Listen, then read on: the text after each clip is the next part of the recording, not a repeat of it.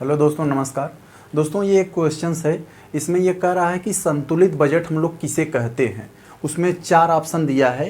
ये दिया है कि जब खर्च से अधिक प्राप्ति हो जाए, और दूसरा दिया है प्राप्ति से अधिक खर्च हो जाए, और तीसरा दिया है खर्च एवं प्राप्ति दोनों बराबर हो जाएं, और इसमें चौथा दिया है कि इनमें से कोई नहीं।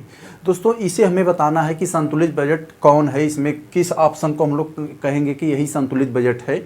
ये पूछा गया है, यूपी पीसीएस में एक बार पूछा गया है, और बिहार पीसीएस और एनडीए में एक बार पूछा गया है। ये तो हम लोग ये जो पूछ रहा है कि संतुलित बजट किसे कहते हैं, तो उसका आंसर होगा कि इस खर्च एवं प्राप्ति दोनों बराबर हो जाए। यदि खर्च और प्राप्ति दोनों बराबर हो जाते हैं तो उसे हम लोग संतुलित बजट कहते हैं। ये बजट क्या होता है? बजट एक प्रकार का लेखा जोखा होता है सरकार का, एक वर्ष का, एक वित्तीय वर्ष का लेखा जोखा होता है। वित्तीय वर्ष किसे कहते हैं कि 1 अप्रैल से लेकर 31 मार्च तक का जो दिन होता है, ये सरकारी या और जो बैंकिंग क्षेत्र में ये सब उपयोग होते हैं, इन्हें हम 1 अप्रैल से 31 मार्च तक का जो होता है उसे हम लोग वित्तीय वर्ष बोलते हैं। तो यही एक वित्तीय वर्ष का लेखा जोखा होता है सरकार का, कितना पैसा सरकार इकट्ठा करेगी और उस इकट्ठा हुआ पैसे को कहाँ कहाँ खर्च करेगी, यही होता है बजट। एक प्रकार का ये जो है जो होता है कि उसे लेखा जोखा सरकार का होता है, कि हिसाब किताब होता है सरकार का। जैसे हम लोगों के यहाँ शादी विवाह अगर पड़ जाता है तो हम लोग क्या करते हैं, पहले शादी के लिए पैसा जुटाते हैं। भाई कुछ कमा कर रखे हैं, कुछ उधार लेंगे और कुछ गहना गुड़िया बेचकर पैसा इकट्ठा किए हैं, और फिर जब वह शादी आएगा तो उस जगह जगह इतना दहेज देना है, इतना यहाँ करना, इतना टेंट को देना, इतना हलवाई को देना है, अलग अलग हम लोग वही जो है खर्च करते हैं उस पैसा को।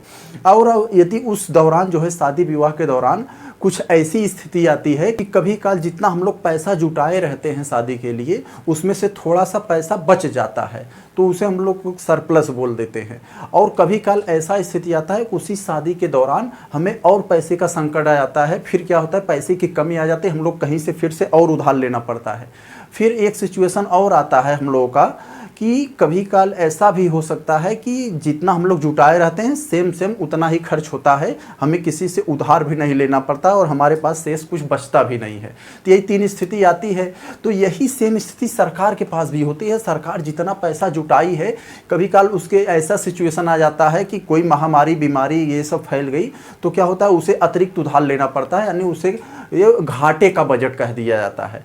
यानी सरकार का जितना जो प्राप्ति की है, पैसा जो प्राप्ति है, प्राप्ति जो है से अधिक खर्च हो जाए, जब सरकार का खर्च ज़्यादा हो जाए प्राप्ति से, तो इसे हम लोग क्या कहते हैं, घाटे का बजट। घाटे का बजट। तो एक स्थिति ये हो गई।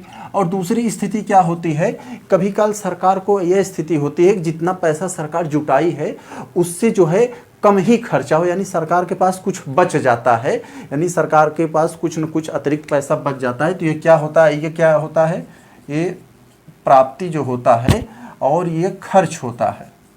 तो जो है प्राप्ति अधिक हो जाता है खर्च से, यानी खर्च कम होता है, अपने प्राप्ति जो है ज़्यादा हो जाती है। तो इस स्थिति को क्या कहा जाता है कि सरप्लस का बजट, यानी ये फायदे का बजट होता है, सरप्लस बजट इसे बोला जाता है, सरप्लस बजट।